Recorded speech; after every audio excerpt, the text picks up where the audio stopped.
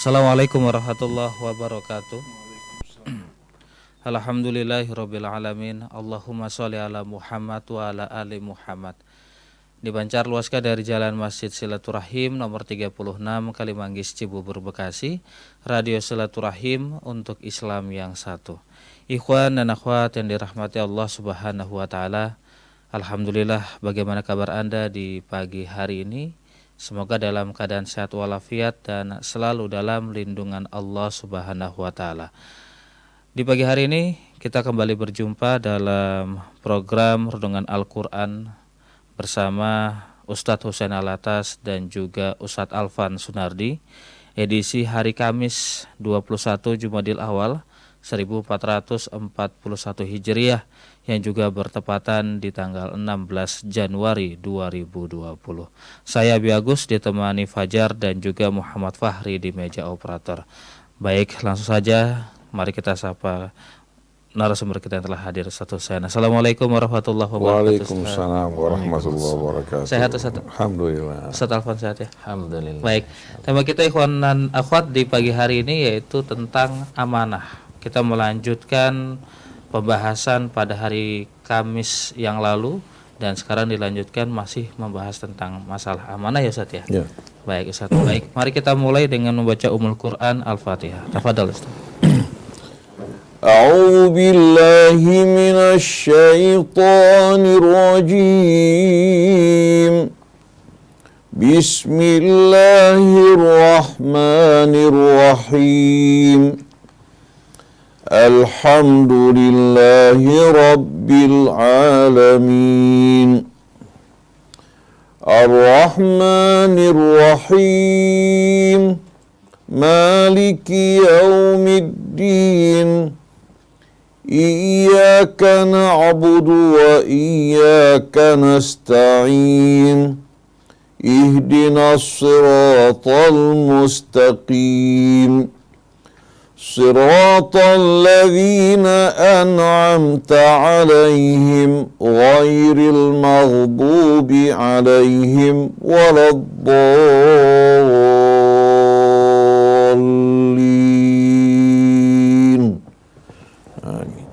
Baik, ikhwan dan akhwat, langsung saja ke Ustaz Alvan. Monggo Ustaz.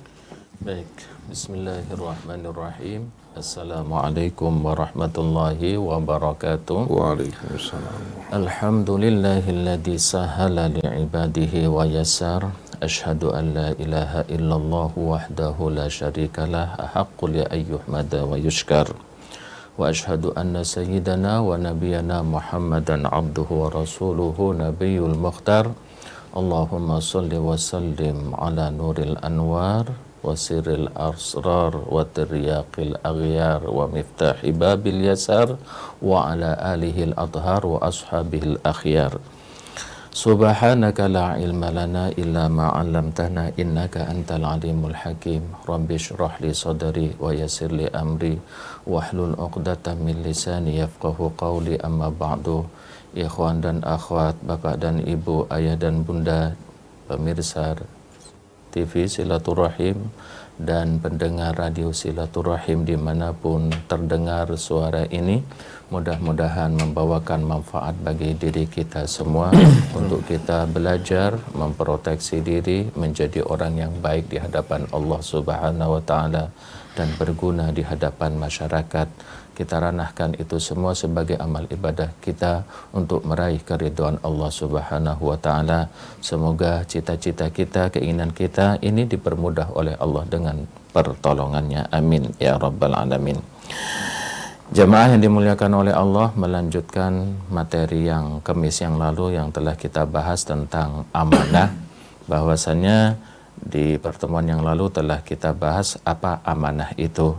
Sebagaimana Allah telah mengamanahkan kepada manusia, yang amanah ini sangat berat karena seluruh makhluk tidak sanggup untuk melaksanakannya, tetapi manusia menerima amanah itu. Dan di ayat surat An-Nisa, Ustadz, Allah berfirman juga menegaskan bahwasannya amanah ini adalah suatu kewajiban yang harus ditunaikan bagi orang yang mengembannya kepada ahlinya. innallaha ya'murukum an tu'addul amanati ila ahliha. Sesungguhnya Allah memerintahkan untuk menunaikan amanah itu, melaksanakannya secara maksimal, komprehensif kepada ahlinya. Wa idza hakamtum bainan nasi an tahkumu bil adl. Dan ketika engkau memberikan hukum kebijaksanaan terhadap manusia lintas agama, karena kosakatanya adalah nas, adalah berhukumlah dengan memberikanlah hukum keputusan dengan adil. Jadi yang dimaksud ini adalah spesifikasinya amanah itu bagaimana Ustadz? Soalnya kalau misalkan inna aradnal amanat ta'ala samawat itu kan masih umum gitu.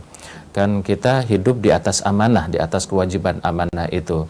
Ana pikir setiap individu itu mempunyai amanah di dalam sekupnya masing-masing.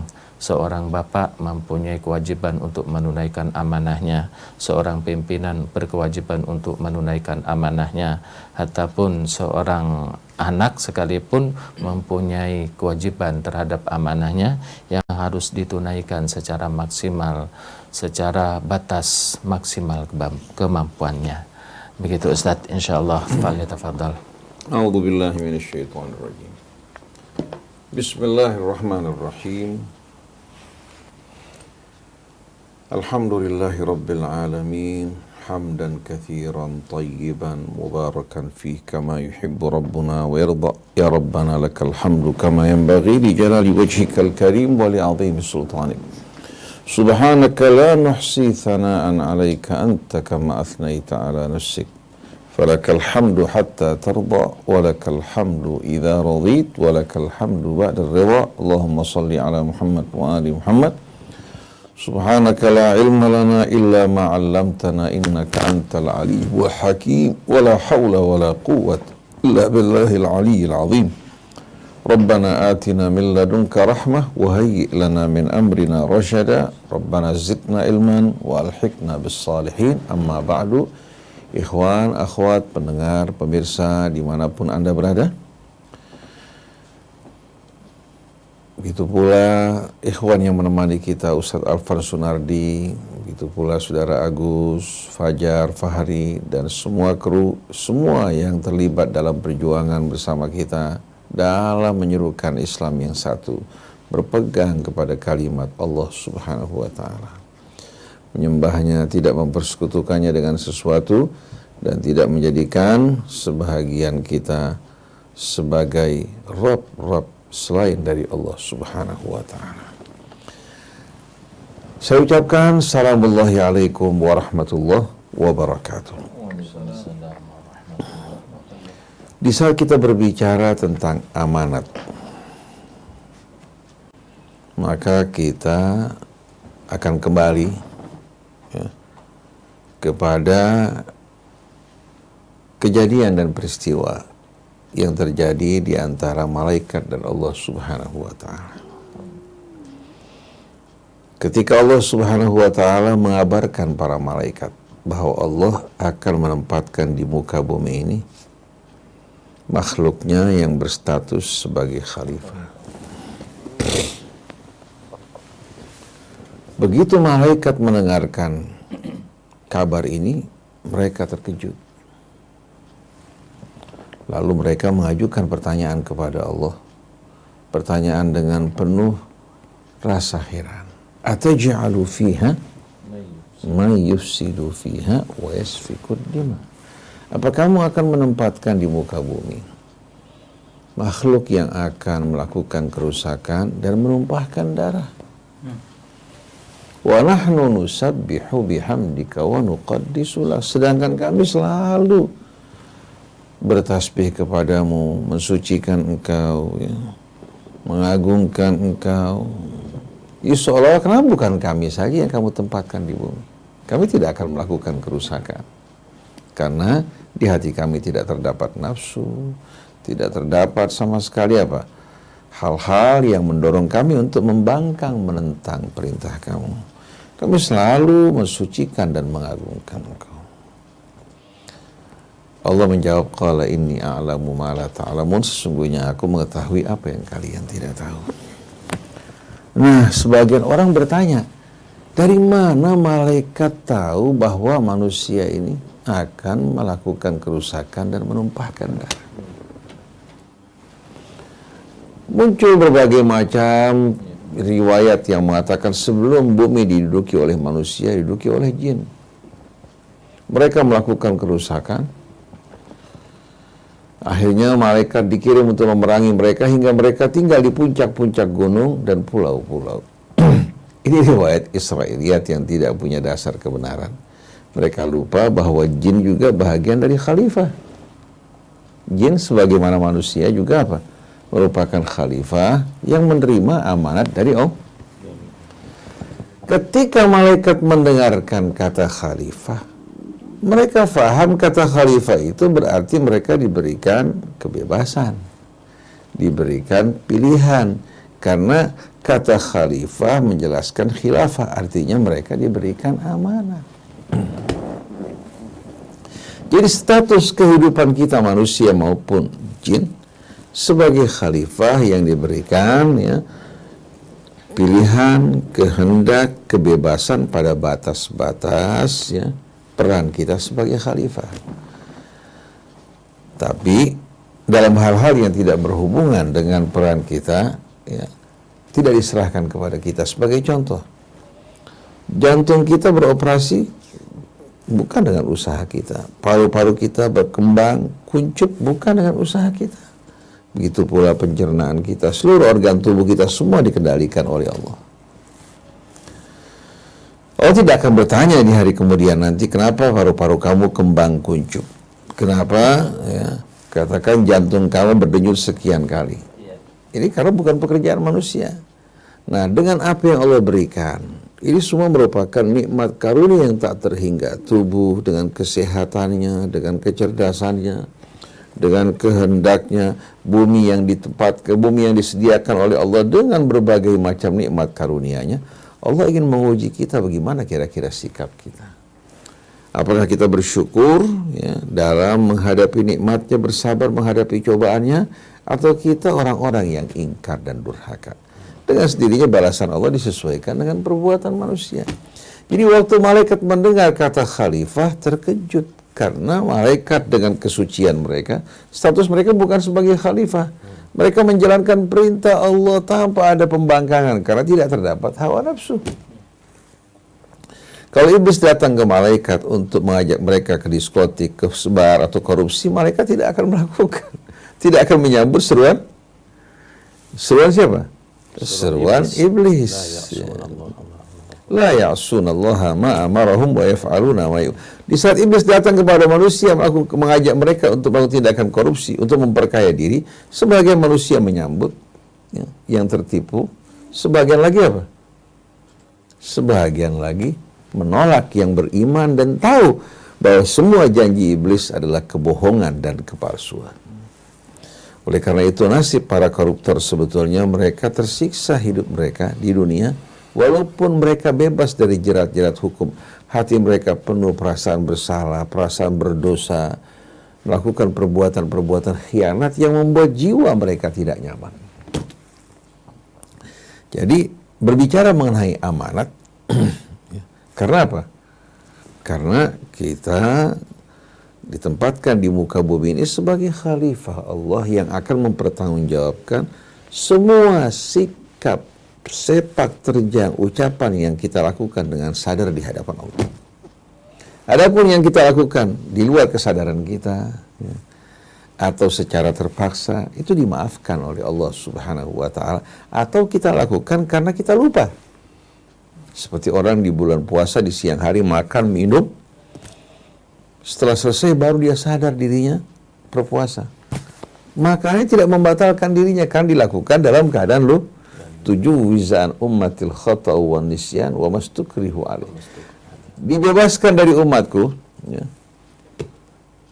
3 hal. Pertama, orang melakukan kesalahan yang tidak disengaja. Kedua, lupa.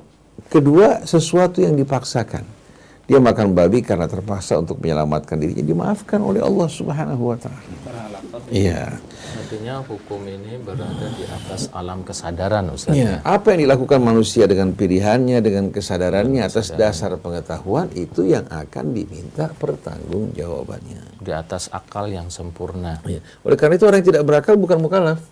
Tapi bagaimana kalau misalkan ada pengajaran di dalam Islam ini tidak boleh memakai akal? Ya, itu sama aja mengajak untuk apa? Untuk melupakan peran kita sebagai manusia yang berstatus sebagai khalifah di atas muka bumi. Taklid begitu, Ustaz. Bukan, ada orang mengatakan tidak boleh kita memahami Al-Quran dengan atau memahami agama dengan akal. Lalu kita bertanya, dengan apa kita fahami agama? Al-Quran berbicara kepada akal kita ya, untuk memberikan penerangan, pencerahan, mencerdaskan, juga membebaskan akal kita dari penjajahan dan kendali hawa nafsu. Jadi peran akal ini ya, bukan sebagai guru dan hakim di hadapan agama atau kitab Allah, tapi akal dengan agama Allah mendapatkan penerangan dan pencerahan. Dengan wahyu ilahi, akal mendapatkan pencerahan, penerangan, sebagaimana kedua bola mata kita, walaupun sehat, tanpa ada cahaya tidak akan dapat melihat. Walaupun sehat, begitu juga akal kita, tanpa ada bimbingan petunjuk dari Allah dan penerangan daripadanya, akan meraba-raba. Akhirnya apa? Kita menjadikan diri kita, bangsa kita, umat kita sebagai kelinci percobaan. Mencoba sana, mencoba ini, sebelum menghasilkan apa? Hasil yang kita inginkan. Dan amanah itu berada di atas akal, Ustaz. Tanpa akal berarti tidak ada amanah. Gitu. Artinya pada saat seorang kehilangan akalnya, contohnya dia dalam keadaan gila, maka dia bukan seorang mukallaf. Saat dia membakar rumah seseorang, dia tidak dihukum. Bahkan saat dia membunuh orang karena tidak waras, dia tidak dihukum. Tapi keluarganya wajib memberikan dia ganti rugi pada keluarga yang menjadi korban. Saat dia membakar rumah orang, dia tidak dihukum karena membakar, tapi keluarganya wajib menggantikan orang yang dirugikan. Seandainya seorang tertidur tanpa disengaja, karena mungkin letih di malam hari bekerja, tidur sampai pukul 7 pagi, subuh lewat. Maka pada saat dia tertidur, dia bukan mukallaf. Begitu dia sadar, maka dia wajib mengerjakan sholat pada saat dia sadar, karena pada saat itu baru statusnya menjadi mukallaf. Jadi rahmat Allah subhanahu wa ta'ala, ya, Allah subhanahu wa ta'ala mengangkat tanggung jawab dari mereka yang melakukan satu perbuatan tidak sengaja. Karena kebodohan, bukan kebodohannya disengaja, dia sudah menuntut ilmu, tapi dia tidak sampai pada kebenaran. Kemudian lupa, atau sesuatu yang terpaksa dilakukan. Ini merupakan rahmat Allah. Jadi, kalau kita berbicara mengenai peran kita sebagai khalifah, kata khalifah ini melahirkan status amanat dalam kehidupan kita. Contohnya ketika Ronald Reagan menjalani operasi, maka peran sebagai presiden diserahkan kepada wakilnya pada saat itu George Bush. George Bush sebagai wakil presiden. Ketika Mahathir Muhammad melakukan juga kunjungan untuk kesehatannya keluar, peran sebagai presiden digantikan oleh Anwar Ibrahim. Maka selagi presiden dalam keadaan dalam keadaan tidak menjalani tugasnya, semua wewenang ditangani oleh wakilnya yang diberikan wewenang ya, atas dasar undang-undang untuk mengemudikan kendali pemerintahan. Jadi kalau kita perhatikan bersama-sama, Allah subhanahu wa ta'ala ketika memberikan amanat khilafah, bukan Allah ya, sedang gaib. Bukan Allah subhanahu wa ta'ala sedang berhalangan untuk menjalankan kekuasaan, tidak. Tapi Allah memberikan amanat khilafah kepada kita sebagai ujian untuk menguji kita. Siapa yang beriman, siapa yang ingkar. Siapa yang tulus dan siapa yang statusnya sebagai orang munafik. Melalui ujian kelihatan, tanpa ujian orang bekerja di kantor menghadapi tawaran yang menggiurkan. Dia bertahan, bagi bertahan dalam ujian. Tapi kalau orang yang tidak mengalami cobaan, di luar gembar-gembor, menyerang korupsi, menyerang kebohongan yang berlangsung di negara, belum menjabat. Begitu dia menjabat, ternyata dia melakukan perbuatan yang lebih buruk dari pejabat yang dicerca. Kenapa? Waktu dia mengkritik bukan karena kesadaran, tapi karena iri. Karena cemburu. Karena cemburu. Nah, ada orang yang apa? Mengeritik dengan benar. Begitu dia memegang amanat, dia menjaga amanat dengan sebaik-baiknya. Melalui ujian, terlihat seorang yang mulia dan orang yang hina. Orang yang baik dan orang yang buruk. Tanpa ujian, kita tidak mengetahui keadaan dan hakikatnya. Jadi berbicara mengenai amanat ini sebetulnya karakteristik dari kehidupan kita seluruhnya adalah amanat. Nah, yang kita bicarakan kemarin amanat secara makro. Sekarang kita berbicara mengenai amanat secara mikro. Nah, atas dasar pemahaman kita ya, akan amanat ya, yang Allah amanatkan ya, kepada kita semua melalui kehidupan kita dengan sendirinya, setiap orang sesuai dengan potensi yang Allah berikan kepadanya, dia bertanggung jawab di hadapan Allah. Orang yang punya 1 juta dengan orang yang punya 100 juta berbeda amanatnya. Seorang RT bertanggung jawab terhadap apa? Amanat yang diemban. Seorang RW amanatnya lebih besar. Karena terdiri dari beberapa RT. Begitu pula juga lurah amanatnya lebih besar dari RW karena kelurahan terdiri dari beberapa RW. Dia bukan bertanggung jawab di hadapan masyarakat semata, bukan hanya bertanggung jawab di hadapan atasannya, Bapak Camat, tapi tanggung jawab yang paling utama di hadapan Allah yang menempatkan dirinya sebagai khalifah di atas muka bumi. Bisa dia berkhianat walaupun katakan bebas dari mata Pak Camat, dari mata wali kota, dari mata rakyat, dia tidak akan lepas dari pengadilan Allah di hari kemudian nanti. فَمَنْ يَعْمَلْ مِثْقَالَ ذَرَّةٍ خَيْرًا يَرَهُ وَمَنْ يَعْمَلْ مِثْقَالَ ذَرَّةٍ. Nah, seorang mukmin yang sadar bahwa statusnya adalah sebagai seorang yang menerima amanat, bisa dia bekerja atas dasar tanggung jawab ini, dia tidak peduli apakah orang memuji, apakah orang mencela, apakah orang menyambut dirinya atau menolak, yang penting baginya menjalankan amanat Allah. Bisa dia dicopot dari jabatannya karena menjalankan amanat, bagi dia merupakan kebebasan, kemerdekaan, bukan kesedihan. Tapi yang menganggap jabatan sebagai apa? Sebagai ghanimah, sebagai keuntungan, kesempatan, orang ini akan selalu berupaya untuk melakukan tugasnya demi memuluskan dia punya apa? Dia punya tujuan dan menyampaikan dirinya pada apa yang diinginkan dari hasrat duniawi. Nah, ini perbedaan antara pemimpin yang beriman sama pemimpin yang tidak beriman. Pemimpin yang beriman betul-betul khawatir terhadap amanat yang diemban, yang diamanatkan oleh Allah padanya. Jadi bukan takut pada DPRD atau DPR, bukan takut pada KPK, karena KPK hanya bisa melihat yang di luar. Tapi takutnya pada Allah hingga dalam dan luarnya sama. Nah, itu yang kita inginkan. Jadi pemimpin yang beriman atau khalifah yang beriman itu bukan yang radikal, bukan yang ekstrim, bukan yang berwajah seram, bukan. Tapi yang menjalankan amanat dengan sebaik-baiknya. Nah, seorang camat amanatnya lebih besar dari Bapak Lurah. Karena kecamatan terdiri dari beberapa kelurahan. Seorang wali kota lebih besar amanatnya dibandingkan camat. Karena terdiri dari apa? Beberapa kecamatan. Begitu pula seorang gubernur. Amanatnya lebih besar. Begitu pula seorang kepala negara. Kalau orang beriman pasti akan takut. Mereka khawatir tidak mampu untuk menjalankan amanat Allah dengan sebaik-baiknya. Oleh karena itu pada masa Nabi, di saat orang diberikan jabatan, mereka menolak karena takut. Bukan menawarkan dirinya. Hingga Nabi pernah satu kali waktu ketika menunjuk seorang untuk menerima amanat jabatan, dia mengatakan, ya Rasulullah, a'fini min dzalik, bebaskan saya, pilih orang lain. Dia bilang, Rasulullah mengatakan, kami tidak akan memberikan jabatan ini pada orang yang berminat, tapi siapa yang kami tunjuk wajib untuk menerima. Tapi sebaliknya Abu Dzar ketika datang meminta kedudukan, bukan karena cinta pada dunia, karena ingin menjadi apa? Orang yang bisa berjuang, Rasulullah mengatakan, kamu tidak tepat untuk ini, jiwa kamu lemah. Lemahnya bisa karena kesian terhadap orang, akhirnya apa? Melakukan apa? Tindakan-tindakan yang salah.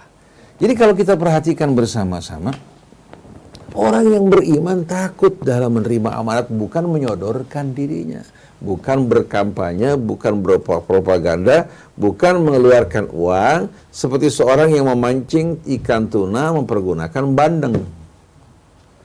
Begitu juga yang memancing bandeng menggunakan cacing. Nah, orang yang beriman tidak akan seperti ini. Orang yang beriman bahkan akan mempersembahkan apa yang ada di tangannya untuk betul-betul dapat menjalankan amanat Allah dengan sebaik-baiknya. Oleh karena itu Umar bin Abdul Aziz radhiyallahu anhu sebelum menjadi khalifah dia berpakaian baik, menjadi pemuda yang berpenampilan indah. Begitu dia ditunjuk menjadi khalifah, langsung status kehidupannya berubah. Pakaian sederhana, bahkan dia pulang ke rumah dengan bermuram durja berkata kepada istrinya Fatimah, "Ya Fatimah, sekarang saya sedang memikul amanah tanggung jawab yang berat, yang mengerikan, menakutkan." Lalu dia tawarkan kepada istrinya, "Saya berikan kamu dua pilihan. Pertama, kamu memilih kehidupan kamu seperti ini, tapi kita berpisah. Karena kehidupan kamu tidak membantu saya untuk menjalankan amanat ini. Atau kamu kembalikan hiasan-hiasan kamu semua ke Baitul Mal, kita hidup sederhana berjuang untuk menjalankan amanat Allah." Fatimah sang istri mengatakan, "Bagaimana mungkin aku menukar engkau dengan dunia dan seluruh isinya?" Akhirnya kekayaan dia dikembalikan ke Baitul Mal, dia hidup bersama suaminya melayani rakyat menjalankan amanat Allah dengan sebaik-baiknya. Sampai pada saat hari raya anaknya tidak memiliki pakaian yang indah, padahal dia seorang yang menguasai apa? Kekayaan negara. Dia bertanya pada anaknya, "Apa kamu tidak bersedih, wahai anakku?" Dia bilang, orang yang bersedih itu adalah orang yang tidak mendapatkan keridhaan dari Tuhannya dan kedua orang tuanya. Bukan orang yang bagaimana? Yang tidak memiliki pakaian yang baik. Jadi sistem nilainya orang yang beriman, harapan dambaannya, perhatiannya bukan kepada dunia ini yang penuh dengan kepalsuan, kebohongan, tapi mempersiapkan dirinya untuk menghadapi kematian yang merupakan kenyataan yang pahit yang dihadapi oleh kebanyakan manusia, tapi bagi orang yang beriman kematian justru merupakan kendaraan yang mengantarkan dirinya menuju keridhaan Allah karena tidak tertipu dalam kehidupan dunia. Itu ketika pemimpin dia paham akan arti sebuah amanah, Ustaz. Namun bagaimana dengan fenomena saat ini yang kita banyak sekali dihadirkan dengan pemimpin yang dia malah memperkaya diri sendiri, keluarganya, sanak saudaranya, bahkan dia mengkhianati amanah itu sendiri. Biasanya setiap ada pemimpin yang berkhianat, ya, tumbuh di tengah masyarakat juga yang terbiasa dengan khianat.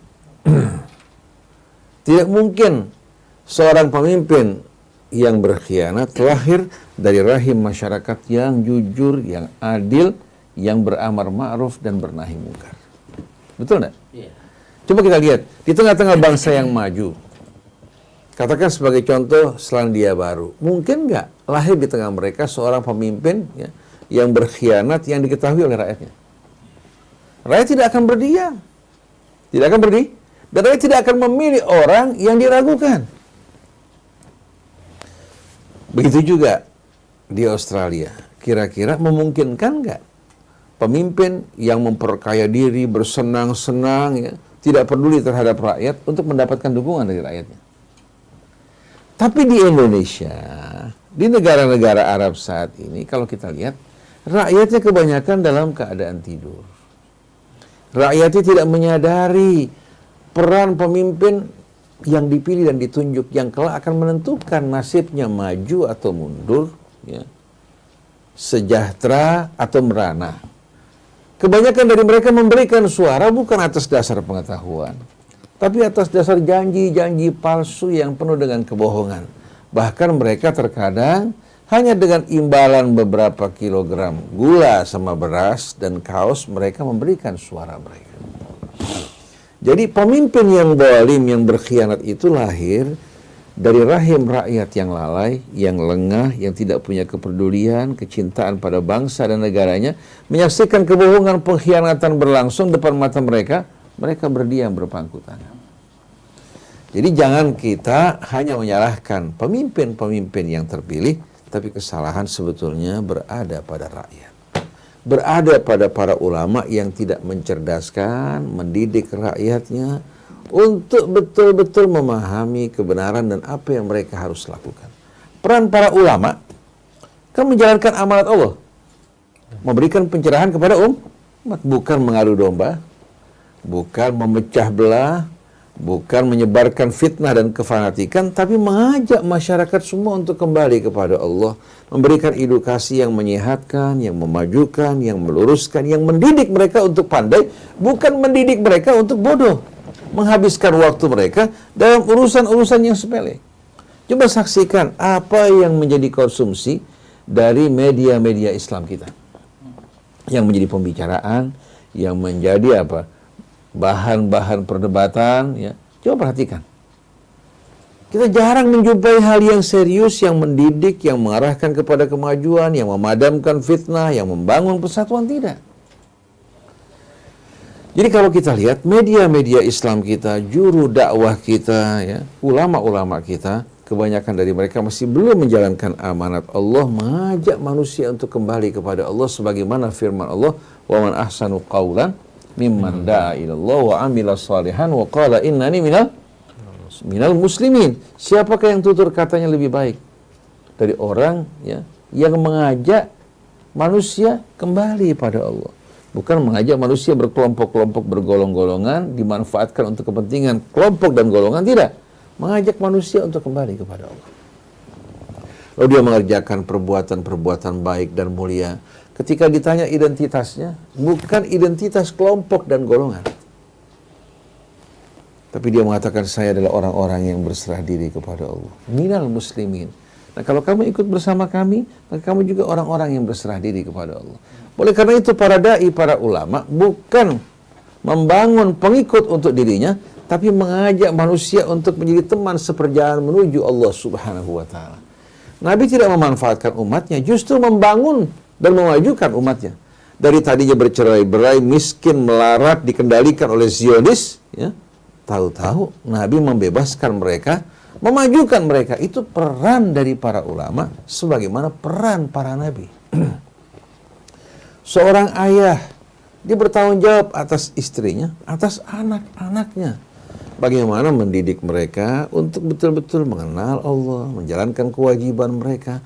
Seorang ibu juga memegang amanat, tanggung jawab. Seorang istri, ya, dia mengemban amanat. Oleh karena itu Rasulullah mengatakan, kullukum ra'in wa kullukum mas'ulun an ra'iyati. Setiap orang dari kalian yang memegang amanat sebagai seorang pemimpin, dan dia bertanggung jawab atas bawahannya. Lalu orang bertanya, kalau saya seorang bujang, katakan, atau duda, tidak memiliki istri maupun anak, kamu bertanggung jawab atas apa yang kamu pimpin. Bola mata kamu, telinga kamu, lidah kamu, semua eksistensi kamu yang diamanatkan pada kamu, Allah akan tanya di hari kemudian nanti bagaimana kamu mempergunakan semua itu. Oleh karena itu dalam satu riwayat dari Nabi kita Muhammad SAW, Nabi mengatakan, la tazulu qadama abdin, tidak akan bergeser dua telapak kaki seorang hamba, hatta yus'ala an arba, hingga dia menjawab 4 pertanyaan. Pertama, an umrihi fima afna, bagaimana dia menghabiskan detik-detik umurnya. Wa an jismihi fima abla, begitu pula bagaimana dia mempergunakan tubuhnya dari mulai masa muda sampai dia meninggal dunia. Kemudian yang ketiga, wa an malihi min aina iktasabah wa fima anfaqah, dari mana dia dapatkan uangnya dan di mana dia pergunakan. Bukan berapa yang kamu dapatkan, tapi yang ditanya dari mana kamu dapatkan, kemana uang tersebut kamu pergunakan. Coba bayangkan orang yang menghamburkan untuk perkawinan, untuk ulang tahun secara berlebih-lebihan. Di sekelilingnya banyak masyarakat yang susah. Kira-kira waktu ditanya, bagaimana jawaban dia di hadapan Allah Subhanahu wa ta'ala? Apalagi yang menggunakannya untuk minum minuman keras, apalagi yang menggunakan untuk membeli rokok. Ketika ditanya oleh Allah di hari kemudian nanti, uang yang digunakan untuk membeli rokok yang merusak tubuhnya, yang mengganggu orang lain, kita bisa bayangkan betapa beratnya hisab di hari kemudian nanti. Kemudian yang terakhir, wa'an ilmi, tentang ilmunya. Fima fa'ala bih, apa yang telah diperbuat dengan ilmunya. Dia menyampaikan nggak amanat Allah, menyampaikan risalah Allah apa tidak? Apa mengajak umat untuk ribut, berkelahi, bermusuh-musuhan hanya karena kunut, tahlil, jenggot, ya, atau meletakkan tangan di sini? Saya lihat ini nggak wajar nih, agama apa nih yang seperti ini? Bukan mengajak kepada Allah, mengajak bersatu di jalan Allah, berpegang pada kalimat Allah, tapi mengajak umat untuk kocar kacir, berpecah belah, melemahkan kekuatan mereka. Akhirnya secara tidak langsung membantu musuh-musuh Islam, membantu syaitan untuk mencabik-cabik persatuan kita. Oleh karena itu, untuk perbaikan negeri kita ini harus dilakukan usaha yang komprehensif. Dari mulai kehidupan rumah tangga. Anak-anak harus dididik untuk menjadi anak-anak yang cerdas, yang berani, yang jujur, dan betul-betul menjaga amanah. Bukan hanya sekolahnya tinggi, ya, mendapatkan gelar PhD, tapi ternyata jiwanya penuh dengan semangat khianat. Begitu menjadi pejabat yang berjas berdasi, ternyata apa? Ilmu yang dimiliki digunakan untuk mengkhianati bangsa dan negaranya, terutama berkhianat terhadap Allah Subhanahu wa Ta'ala. Kemudian juga apa? Tokoh masyarakat, dari mulai Pak RT, Pak RW, ulama-ulama nih wajib betul-betul untuk mendidik masyarakatnya agar cerdas, maju. Kemudian juga menjaga amanat. Harus dimulai dari mereka menjadi contoh yang baik. Ulamanya harus betul-betul menjaga amanat. RT RW juga apa? Menjaga amanat. Jangan RT RW beranggapan tanggung jawabnya hanya di hadapan masyarakat. Kamu akan berdiri di hadapan Allah Subhanahu wa Ta'ala. Begitu juga wakil rakyat. Kalau mereka sadar bahwa apa? Mereka mewakili rakyat. Amanat yang diamanatkan Allah di atas pundaknya, mereka tidak akan berkhianat. Tapi sayang kebanyakan wakil rakyat ini tidak menyadari bahwa mereka sedang mengemban amanat yang besar. Rakyat yang mereka wakili, kalau mereka tidak mewakili mereka sebagaimana yang diamanatkan, maka tanggung jawab mereka di hari kemudian nanti amat besar. Apalagi kalau mereka bersenang-senang berkeliling dari satu negara ke negara dengan alasan studi banding, padahal menghambur-hamburkan uang negara. Uang perjalanan menjadi apa? Menjadi tujuan mereka. Mereka bilang kalau kita nggak pergi juga, tetap saja itu sudah dipotong semua. Jadi kebohongan yang telah disepakati yang sistematis ini benar-benar telah merongrong dan merusak negara kita. Kemudian kita jumpai juga, ya, katakan sebagai seorang menteri, mungkin dia beranggapan tanggung jawabnya di hadapan presiden. Oleh karena itu dia lebih loyal kepada presiden daripada kepada Allah. Padahal tanggung jawabnya di hadapan Allah. Presiden dan diri mereka semua orang yang menerima amanat dari Allah. Jangan dia mengatakan saya nggak enak sama Bapak Presiden. Saya nggak bisa berkata yang benar karena dia telah, saya berhutang budi padanya yang telah mengangkat saya menjadi seorang menteri atau menjadi seorang gubernur. Lah, hidup kamu dari siapa? Akal, kecerdasan, ilmu yang kamu miliki dari siapa? Nikmat-nikmat yang kamu pergunakan setiap hari dari siapa? Kok kamu nggak merasa berhutang budi pada Allah? Kok hutang budi kamu lebih besar kepada manusia, sesama kamu, daripada kepada Allah yang telah mengangkat kamu menjadi khalifahnya di muka bumi ini? Jika seseorang memiliki iman yang kuat kepada Allah, saya ke Ustaz Alfan boleh? Ustaz Alfan, bagaimana kemudian kita bisa menjaga agar kita istiqomah dalam beramanah? Ya, itu juga menjadi pertanyaan. Kalau misalkan state atau sebuah negara itu kan muncul dari sebuah individu, awalnya dari keluarga, Ustadz. Nah, bagaimana kalau misalkan memunculkan seorang leader, seorang pemimpin, seorang bertanggung jawab itu? Nah, sebuah proses itu semua akan berawal dari pendidikan. Bagaimanapun yang jadi gubernur, yang jadi apapun itu berawal dari pendidikan. Nah, layaknya di Indonesia ini bagaimana acuan pendidikan, Ustadz? Sementara kita lihat pendidikan, apakah itu yang formal atau non formal, ataupun di pesantren itu, nyatanya itu justru dari semenjak kecil itu tidak dididik untuk mengarah kepada persatuan, keimanan, dan bertanggung jawab serta siap untuk mengemban amanah, Ustaz, di hadapan Allah. Kita tahu di pesantren-pesantren juga justru dari awal pendidikan itu sudah terkesan untuk mencerai-beraikan umat, sehingga jadi ustadz nanti jadi ustadz yang bukan menyatukan tetapi mencerai-beraikan umat. Sampai ada suatu istilah di dalam pesantren itu, kalau pesantren saya itu adalah yang paling nyunnah, pesantren itu masih kurang. Kiai saya ini adalah yang paling jago, kayak itu kan nomor sekian. Itu dari pesantren sendiri, Ustaz. Belum lagi kita saksikan di universitas-universitas alma mater, ya STM juga kan sering berantem karena hal-hal yang remeh-temeh ini, Ustaz. Kalau kita amati bersama-sama Ustaz Alfan, ya, begitu juga Saudara Agus, dalam kehidupan sehari kita ini, ya, kira-kira berapa kali kita menyebutkan nama Allah dengan penuh kesadaran? Contohnya, seorang bapak bicara pada anaknya, atau seorang suami bicara pada istrinya. Kira-kira semua itu dikendalikan, ya. Dikendalikan ya, oleh rasa hormat, takutnya kepada Allah. Apakah semua ini berjalan terpisah dari Allah? Kebanyakan terpisah. Dari mulai seorang membuka matanya ya, sampai malam hari, hampir kita jumpai motif kerja perhatiannya tidak tertuju pada Allah. Baik itu bapak, baik itu ibu, suami, istri maupun anak. Baru kalau dalam keadaan susah, dalam keadaan terjepit, dalam keadaan butuh, baru memanggil Allah Subhanahu wa ta'ala. Oleh karena itu, pada saat kita dalam keadaan mudah, lapang, berdoa pun tidak keluar dari hati. Hanya doa-doa yang rutin kita baca. Bukan keluar dari hati kita yang penuh harap. Betul enggak? Betul. Nah, kesalahan kita selama ini, kita pisahkan hidup kita dari Allah. Padahal Allah kan merupakan sentral kehidupan kita. Oleh karena itu Allah mengatakan Qul huwallahu ahad, Allahus samad. Samad ini menggambarkan apa?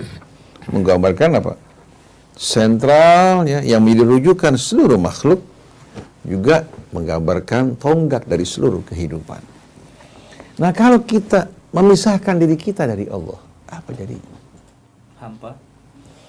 Meteor ketika terlepas dari pusatnya, pertama dia menyala kan? Iya. Setelah itu Padam. padam. Begitu juga pohon yang kecil, selagi dahan daunnya masih berhubungan, nampak bagaimana kehidupan ada pada pohon tersebut. Tapi pohon yang besar di saat batangnya terpisah, katakan batangnya, ya, baru dengan buah, tapi terpisah dari apa? Dari pohonnya. Tidak lama kemudian dahan tersebut apa? Mati. Akan layu, buah-buahnya pun demikian. Begitu juga kita jumpai pohon yang kecil, tumbuh dengan akarnya, dia hidup.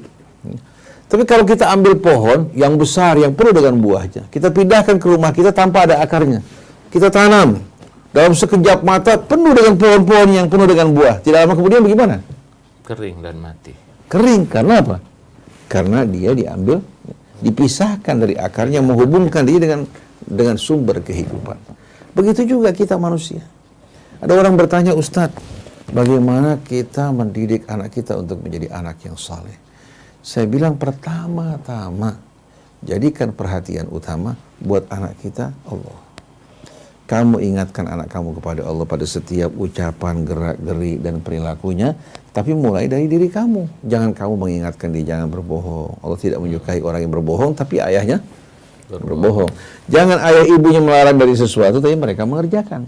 Mereka memerintahkan mengerjakan sesuatu, ya, apa? Merintahkan mengerjakan sesuatu, tapi mereka tidak mengerjakan. Seperti ada seorang kiai bilang sama murid-muridnya, mendorong mereka untuk apa? Untuk berinfak. Dan menjelaskan orang yang berinfak mendapatkan ganjaran yang berlipat ganda hingga 700 kali lipat. Dan orang yang berinfak dicintai oleh Allah Subhanahu wa ta'ala. Kebetulan anak kiai tersebut mendengarkan apa yang disampaikan bapaknya.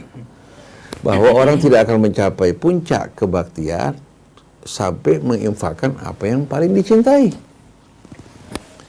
Akhirnya si anak simpan di hati apa yang disampaikan orang tuanya. Waktu orang tuanya pergi, datang orang meminta bantuan. Lalu si anak melihat apa di rumah yang paling baik kira-kira.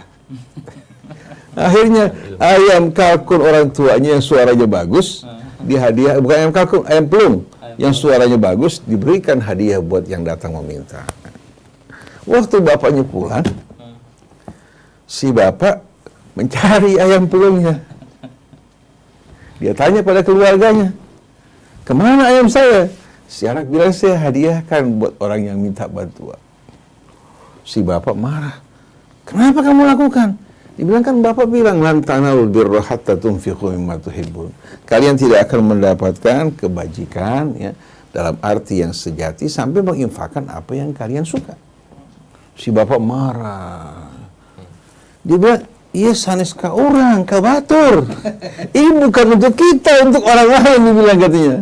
Jadi kalau antum melihat bagaimana si anak bisa menjadi seorang yang dermawan karim kalau bapaknya mengajak orang untuk bersikap dermawan tapi tidak mengerjakan. Atamuruna nasa bil birri wa tansawna anfusakum wa antum tatluna alkitab afala taqilun. Ini si itu artinya salah kan menolong ayahnya ke di surga, Ustaz. ya Jadi si ayah harus menyadari perbuatannya ya. Ada miskomunikasi. Si anaknya lebih karim daripada ayahnya. Jadi kalau kita perhatikan, rusaknya masyarakat kita dimulai dari kerusakan yang ada pada apa? Pada tokoh dan kepala. Kita lihat ikan, kalau kita ingin beli ikan, yang kita periksa apanya? Kepalanya. Insangnya. Iya. Kita periksa insangnya, masih merah muda apa tidak ya. Kemudian kita periksa bagian lehernya juga. Kalau dia masih segar, insya Allah bagian badannya apa? Bagus. Tapi begitu mulai terdapat pembusukan di bagian leher, kemudian diperiksa insangnya juga berwarna hitam, matanya tidak cerah, menunjukkan bahwa ikan tidak sehat. Iya. Begitu juga nih masyarakat di bawah, tergantung tokoh dan para pemimpinnya di atas. Tapi pemimpin juga lahir dari rakyat, Mulai kecil. dari rahim rakyat di bawah. Oleh karena itu, kalau kita menjumpai kondisi seperti ini, harus tampil di tengah-tengah masyarakat satu umat yang serius, sungguh-sungguh mendidik, memberikan contoh di tengah masyarakat, insya Allah akan menjadi ikutan bagi masyarakat banyak. Oleh karena itu, dia mulai dakwahnya seorang diri. Di tengah masyarakat jahiliyah yang rusak, bobrok, tenggelam dalam kegelapan. Dengan para sahabatnya perlahan-lahan memberikan contoh di tengah mereka hingga terjadi perbaikan. Oleh karena itu, untuk mendidik anak kita, kita harus mulai. Bahkan bukan mendidik diri kita. Anak kita, istri, keluarga kita, masyarakat kita harus dimulai dengan Allah. Oleh karena itu, sebaik-baiknya rumah tangga yang banyak disebutkan nama Allah. Sebaik-baiknya majelis yang selalu disebutkan nama Allah. Kalau saya menghadiri satu majelis, dalam majelis tersebut orang lebih banyak bicara mengenai dunia, jabatan, kedudukan, itu menggelisahkan hati yang luar biasa. Membuat kelihatan kesenjangan di antara masyarakat yang kumpul. Tapi subhanallah, begitu Allah disebutkan namanya, diceritakan kebesaran keagungannya, juga dunia yang begitu remeh, jabatan yang merupakan amanat, yang berkumpul di tempat tersebut, yang di atas tidak merasa bangga dengan apa yang ada padanya, malah khawatir. Yang di bawah tidak merasa minder, kecil, karena mereka merasa mereka dibebaskan dari amanat berat yang dipikul oleh para pemimpin di atas. Jadi untuk ngebenerin ini melalui halnya, saja perilaku dari diri sendiri. Dimulai dari mana? Dari kalbunya. Dari kalbu, dari hati nurani, berdasarkan beriman kepada Allah Subhanahu wa Ta'ala, sehingga menjadi nanti sekupnya membesar dan ini mungkin yang direalisasikan oleh baginda Nabi. Oleh karenanya Allah laqad kana lakum fi Rasulillah uswah hasanah. Jadi liman kana, tapi syaratnya di liman kana yarjullah. Saya juga ingin menyambung pernyataan Ustaz Alfan bahwa ulama dan umaro itu seharusnya dia seiring sejalan. Dan ulama itu harus berada di garda terdepan karena memang ulama ini adalah pewaris Nabi.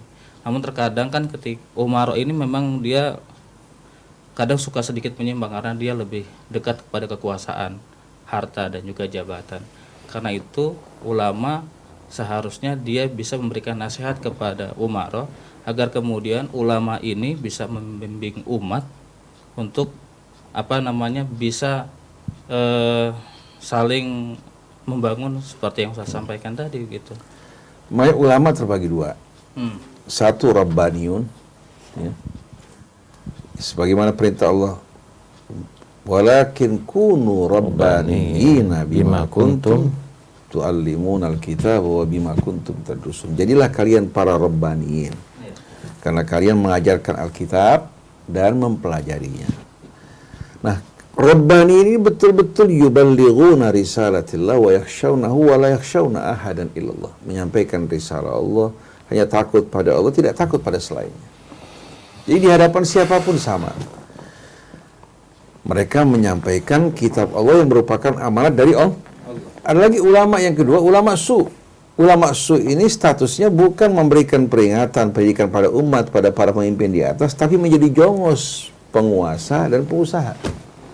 Nah, kalau ulama sudah menjadi jongos pengusaha dan penguasa, maka kebenaran akan apa? Kebenaran akan tertutup dan terkubur. Oleh karena itu ulamanya betul-betul harus menjalankan amanat dan risalah Allah, baru mereka menjadi pewaris para nabi. Betul. Nabi tidak mewariskan harta untuk kita, tapi mewariskan kitab suci yang datang dari sisi Allah. Adapun hadis-hadis Nabi, kita tahu bahwa pada masa hidupnya Nabi tidak memerintahkan sahabatnya untuk mencatat.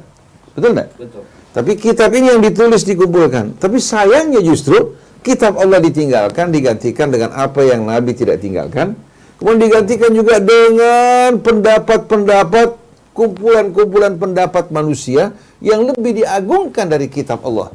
Dan manusia-manusia yang menulis buku-buku tersebut lebih diagungkan bahkan dari Nabi, bahkan dari Allah Subhanahu wa Ta'ala. Oleh karena itu kita masuk pesantren, kita bukan diperkenalkan kepada Allah. Kita disuruh betul menghafal katakan Al-Quran. Ada yang tahfidz secara menyeluruh, ada yang juz amma. Kemudian mulai belajar apa? Belajar ilmu alat, belajar fikih, ya. Itu yang kita habiskan waktu. Fikihnya pun hanya berurusan dengan taharah biasanya. Artinya tamat dari pesantren hanya menghabiskan waktu dari mulai bab taharah. Kemudian sampai bab apa? Salah, siam, zakat yang dipelajari paling zakatul fitri. Kemudian setelah itu masuk al-hajj. Ya. Adapun muamalah ya, ke sana jarang mendapatkan perhatian.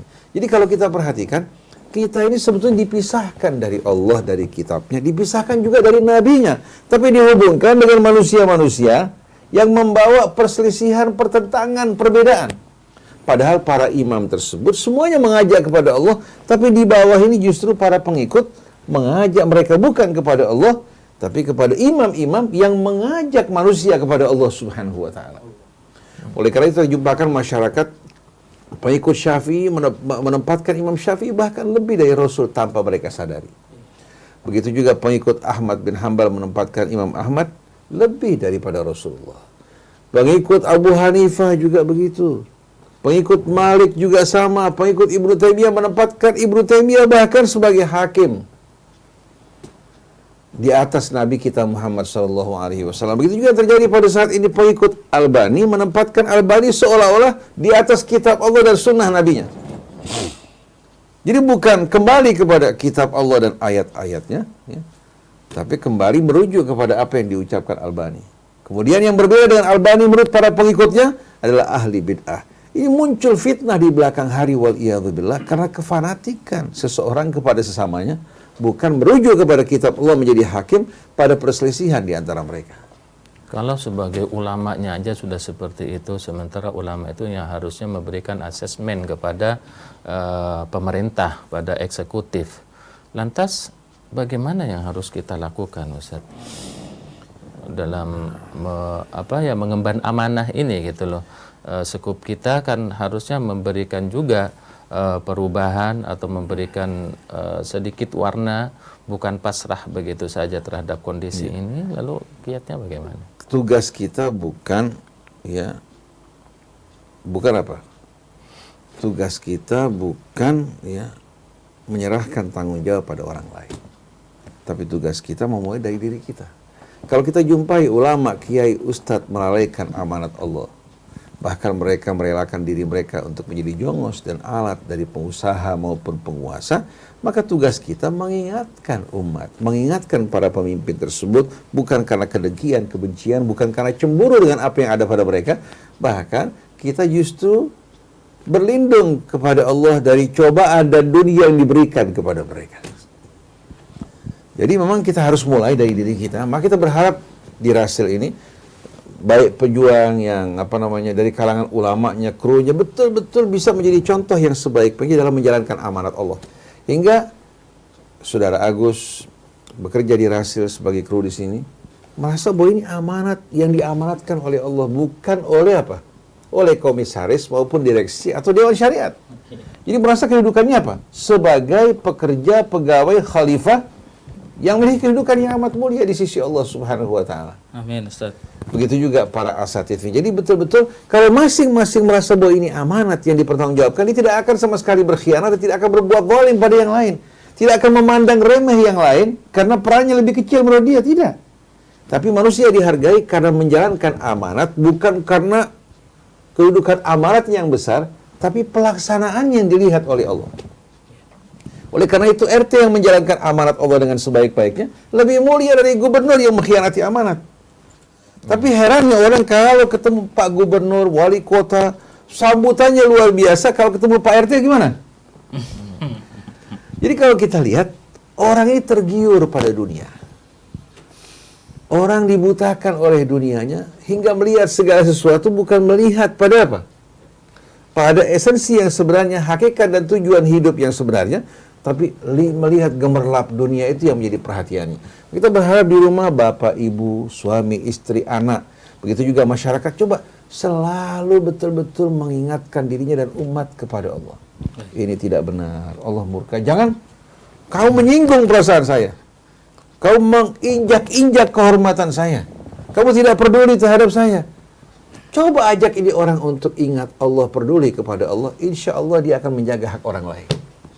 Ada sebuah kepentingan Ustaz ya, artinya sebuah keniscayaan yang kita rasakan. Kalau misalkan keimanan, pahala, surga, itu kan ranahnya kekal dan yang mengukur adalah keimanan. Sementara kita setiap hari itu bersentuhan, merasakan dengan sesuatu yang konkret. Maka biasanya manusia itu lebih dominan yang konkret. Maka dalam hal ini, harta, anak, keturunan, dan derajat, martabat, itu biasanya lebih dikejar Ustaz daripada, dan itu sering kalah keimanan. Baik. Dalam menghadapi ini. Ustaz, Afwan, kita sudah dibatasi Ya. waktu. Oke, Langsung kita jawab sedikit kesimpulan, Ustaz. Jadi kesimpulannya begini. Memang kita akui bahwa dunia ini bersifat dia merupakan materi yang disaksikan oleh indera kita, konkret, bukan bersifat abstrak atau gaib. Tapi kita harus tahu bahwasannya rasa senang, nikmat, kebahagiaan itu sifatnya konkret apa abstrak? Abstrak. Kenikmatan, kebahagiaan. Abstrak. Ada seorang yang dibuat senang, bahagia dengan jabatan kedudukan. Ada orang yang bersedih, berduka karena menerima amanat. Artinya objek yang sama tidak menimbulkan apa? Tidak menimbulkan efek yang sama. Ada orang yang bahagia dengan mobil-mobil mewah, ya. Padahal sebetulnya dia dikendalikan di penjara. Ada orang justru tidak menikmati semua, dia lebih suka menikmati suasana yang sederhana. Ada orang yang dibuat terkesan senang menyaksikan gedung-gedung yang megah. Ada orang yang merasakan kenikmatan yang alami, yang natural, pemandangan sederhana. Walaupun tinggal pada sebuah rumah gubuk, rumah panggung, mereka berbahagia. Jadi kebahagiaan tidak ditentukan oleh materi. Walaupun yang menjadi objek-objek yang menarik perhatian sifatnya materi dan indrawi, tapi kebahagiaan itu sendiri tidak ditentukan oleh semua itu. Oleh karena itu orang yang beriman, kebahagiaan mereka justru di saat disebutkan nama Allah. Hati mereka bergembira, senang, bukan dunia. Hingga Allah mengatakan zuyina lilladina kafarul hayatud dunia. Untuk orang-orang yang kafir, dunia itu apa? Begitu memukau, begitu menyenangkan. Wa yaskharuna minal ladzina amanu, mereka mengolok-olok orang yang beriman. Walladzina taqaw fawqahum yaumal qiyamah. Orang yang bertakwa tidak melihat dunia sebagai keindahan yang mempesona, tidak. Dunia hanya merupakan wasilah. Oleh karena itu kalau sebagian orang bersenang-senang di kafe, diskotik, di bar, di mall, ya, di Trans Studio katakan, atau keliling dunia, kebahagiaan dia di saat menyebut nama Allah, mengingat Allah, sebagaimana firman Allah, wa idza dzukiral ladzina min dunihi wa idza dzukirallahu wahdahu isma'azzat qulubul ladzina la yu'minuna bil akhirah. Kalau disebutkan nama Allah semata, orang yang tidak beriman pada hari akhirat, hati mereka gelisah, pengap, sempit. Tapi sebaliknya orang yang beriman, disebutkan nama Allah, hati mereka bergembira. Nah, kalau orang yang kafir, wa idza dzukira alladziina min dunihi idza hum yastabsyirun, kalau disebutkan nama selain Allah yang berhubungan dengan selain Allah, langsung hati mereka bergembira, bersukaria. Nah, sebagai penutup, Ya. Ada dialog antara kematian dan kehidupan. Kematian bertanya kepada kehidupan bertanya pada kematian. Apa sebabnya orang membenci engkau, mencintai aku? Apa sebabnya? Orang membenci engkau, wahai kematian, dan mencintai aku, mengerumuni aku. Kematian menjawab, sebabnya karena orang terpedaya, terpesona oleh keindahan engkau yang penuh dengan kepalsuan dan kebohongan. Sedangkan mereka membenci saya karena saya merupakan kenyataan realita yang pahit dan menyakitkan. Jadi manusia sebetulnya dipermainkan oleh dunia. Memberikan pengorbanan untuk dunia jauh lebih besar daripada apa yang diberikan oleh dunia untuk dirinya. Dia punya aset yang begitu banyak, kekayaan, ya, tapi digadaikan di bank. Dan dia harus membayar apa? Bunga setiap bulannya. Hatinya bergelisah, hatinya resah. Diberikan kesenangan sedikit, ya. Dikatakan sebagai seorang konglomerat, tapi deritanya hanya Allah yang tahu bagaimana perasaan. Jadi mari bersama-sama kita selalu mengedepankan Allah, mengutamakan Allah, mengingat Allah. Begitu pula untuk anak-anak dan keluarga kita, masyarakat kita, hingga sikap perbuatan kita, ucapan kita juga selalu dalam keadaan terkendali. Subhanakallahumma wa bihamdik, asyhadu an la ilaha illa anta, astaghfiruka wa atubu ilaik, wal afu minkum. Wassalamualaikum warahmatullahi wabarakatuh. Waalaikumsalam warahmatullahi wabarakatuh. Terima kasih Ustaz Husain atas penjelasan dan pencerahannya. Terima kasih Ustaz Alfan sudah menemani kami dan juga Ustaz Husain. Ikhwan dan akhwat, demikian tausiah kita di pagi hari ini, renungan Al-Quran bersama Ustaz Husain dan juga Ustaz Alfan. Kita doakan semoga guru-guru kita diberikan kesehatan oleh Allah Subhanahu wa taala, sehingga dan juga ketakwaan dan juga bisa istiqomah dalam amanah, Ustaz, ya, seperti yang beliau sampaikan. Begitu pula kita semua mendengarkan tausiah dari beliau. Setelah ini ikhwan akhwat akan hadir topik berita pagi bersama Bapak Iksan Talib dan saya Abi Agus ditemani Fajar dan juga Fahri di meja operator serta para pejuang dakwah di berbagai daerah dan juga Anda semua. Kami mohon diri, billahi taufiq wal hidayah. Wassalamualaikum warahmatullahi wabarakatuh.